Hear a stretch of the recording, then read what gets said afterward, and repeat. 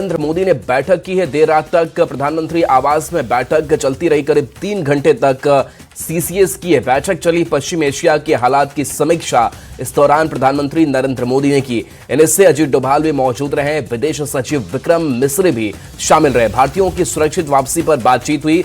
पश्चिम Asia से भारतीयों की सुरक्षित वापसी पर बातचीत की गई और पश्चिम एशिया के हालात की समीक्षा हुई। बैठक में खाड़ी में बसे भारतीयों की सुरक्षा पर बात हुई। यूएई के राष्ट्रपति से पीएम ने बात की। यूएई पर हुए हमले की निंदा भी प्रधानमंत्री नरेंद्र मोदी ने की और कहा कि हम शांति, सुरक्षा, स्थिरता के पक्ष में हैं। पीएम ने हमले में मौत पर दुख जताया और कहा कि कठिन समय में यूएई के साथ भारत खड़ा है।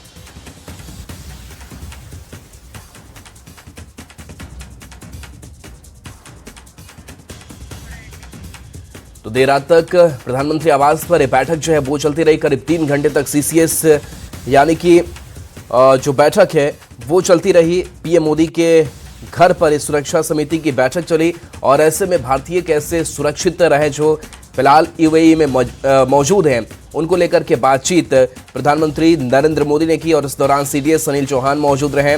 मीटिंग में वेस्ट एशिया में रहने वाले भारतीयों और वहां फंसे लोगों की सुरक्षा और हालात बिगड़ने पर किस तरीके के रास्ते अपनाए जाए, इस पर बातचीत की गई। और बता दें कि अभी वेस्ट एशिया का जो एयर स्पेस है वो बंद है और फ्लाइट रद्द होने की वजह से एक जगह से दूसरे जगह आना जाना भी अब मुश्किल है। इसके साथ साथ प्रधानमंत्री नरेंद्र मोदी ने एक पोस्ट भी इस दौरान किया था और कहा था कि उन्होंने यूएई के प्रेसिडेंट शेख मोहम्मद बिन जायद अल नाहयान से बात की है और उन्होंने यूएई पर हमले की निंदा की है और प्रधानमंत्री नरेंद्र मोदी ने भारतीयों की सुरक्षा का भरोसा भी दिया है। और देखिए, ईरान में फिर से अब इजरायल अमेरिका के हमले शुरू हो गए हैं। तेहरान में अमेरिका इजरायल ने मिसाइलें दागी है। तेहरान में कमांड हेडक्वार्टर्स के पास मिसाइल अटैक किया गया है। यरूशलम में ईरान ने फिर ड्रोन अटैक किया है। बहरीन में अमेरिकी नेवल बेस से घना धुआं उठा। इजरायल में लेबनान की तरफ से हमले शुरू किए गए हैं।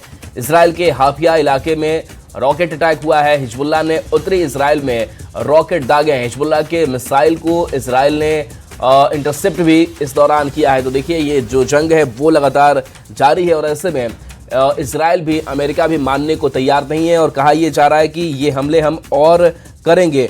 तो बता दें कि लगातार हजारों जो मिसाइलें हैं वो ईरान की तरफ से ईरान पर जो है वो इजरायल की तरफ से दागी जा रही है और इसको लेकर के पूरे देश दुनिया में एक कह सकते हैं कि हड़कंप है वो भी मचा हुआ है। तो नेतन्याहू की लड़ाई जिसमें ट्रंप भी लगातार साथ दे रहे हैं। खामेनेई जो कल मारा गया,